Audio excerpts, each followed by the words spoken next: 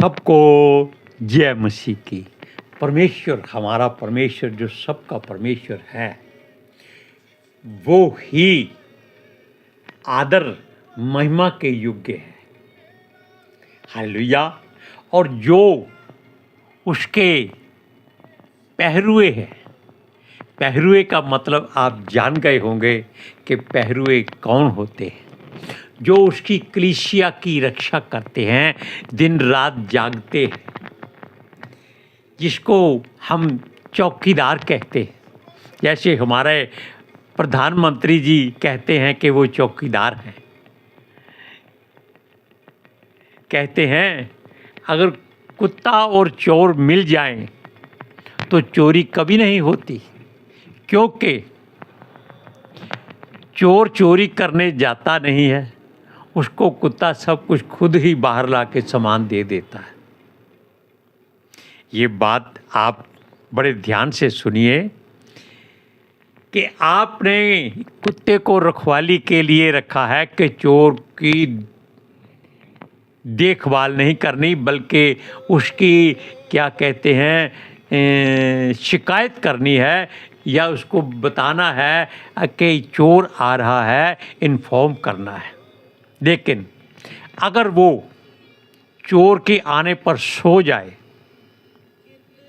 और चोर चोरी करके ले जाए, तो आप किसको दोषी ठहराएंगे?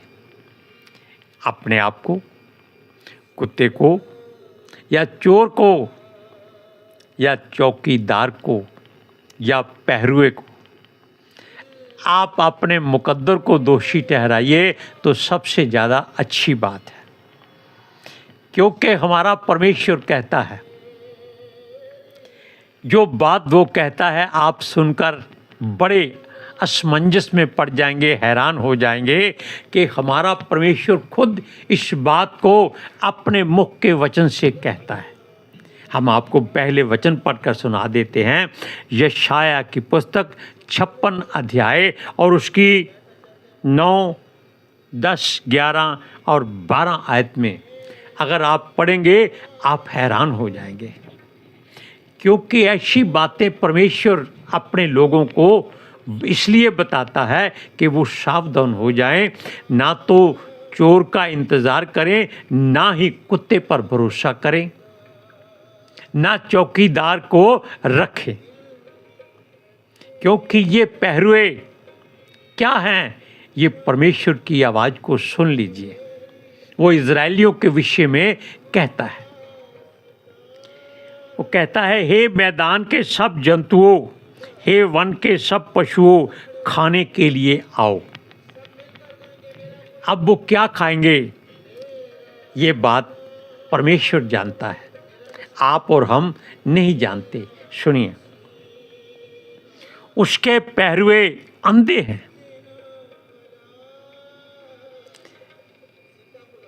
वे सब के सब अज्ञानी हैं।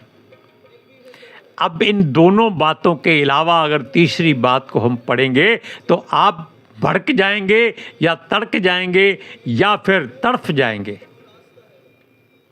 कि ये बातें क्या सत्य हैं? हाँ, ये बातें सत्य हैं। हमने पहले भी एक बार आपको सारी बातें बताई थी कि ये लोग केवल अपना सारा बोझ इसमें भर लेते हैं। आपको याद आ जाएगा, यहाँ इनका बोझ नहीं होता, खाली होता है। और आज उसी के ऊपर एक और बात हमने जो ढूंढी है वो आपको बता रहे हैं। एक तो कहता है कि उसके पहरुए अंधे हैं, वे सब के सब अज्ञानी हैं, क्योंकि परमेश्वर के वचन को कम लोग जानते हैं, केवल पढ़कर वो लोगों को सुना देते हैं। हम भी ऐसे ही गिने जाएंगे। क्यों?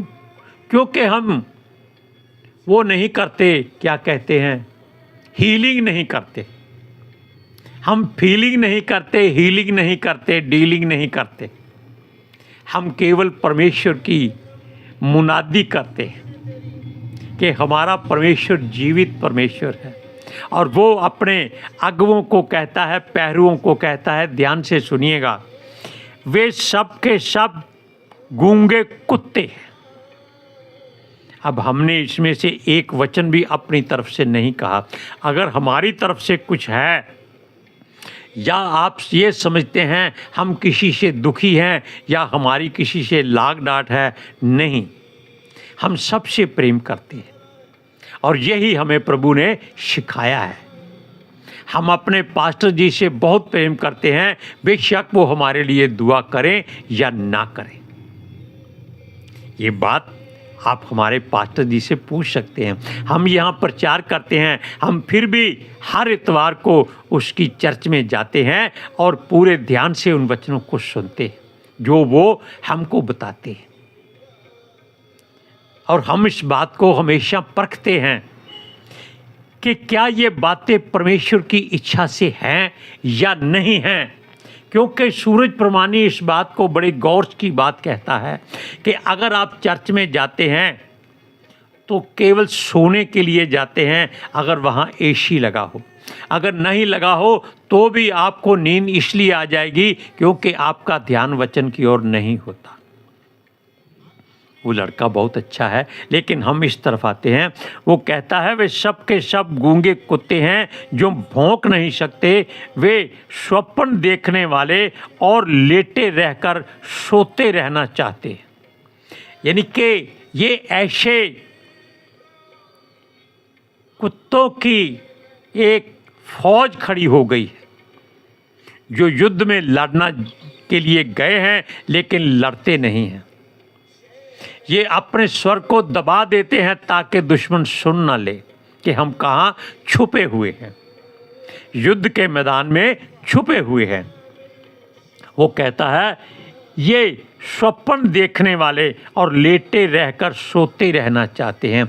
ये केवल स्वप्न देखते हैं, हमने ये किया, हमने वो किया, हमने परमेश्वर का वचन सुनाया, हमने भूत प्रेत सिद्धियों वालों को वचन सुनाया और लंगड़े चलने लगे, अंधे देखने लगे।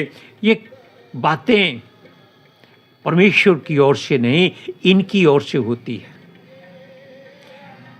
कोई पास्टर अपने आप किसी को चंगा नहीं कर सकता, क्योंकि ये किसी बात का उत्तर ही नहीं दे सकता। ये कभी भी ऐसे वचन आपको नहीं सुना सकते।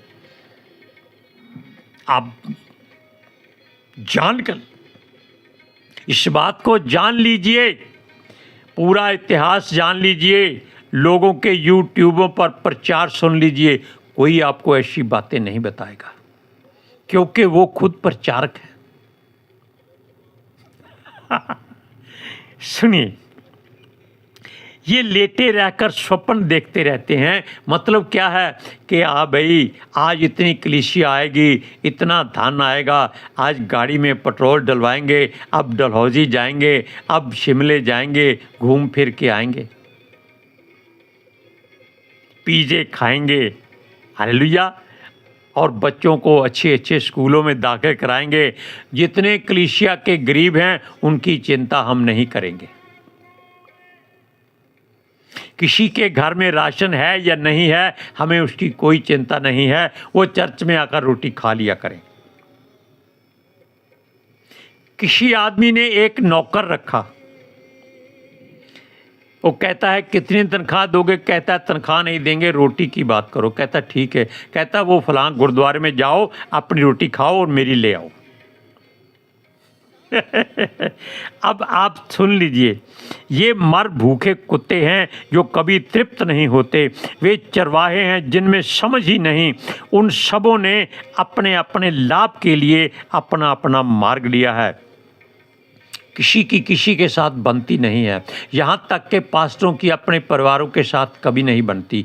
आप इस बात को जान सकते हैं। भाई की भाई से नहीं बनती, बाप की बेटे से नहीं बनती, बेटी की माँ से नहीं बनती। और ये लोगों को शिक्षा देते हैं, प्रेम से रहो, प्रेम से रहो। अरे भाई, अगर प्रेम जूता उठा ले मेरे साथ क्यों रहो, तब क्या करोगे?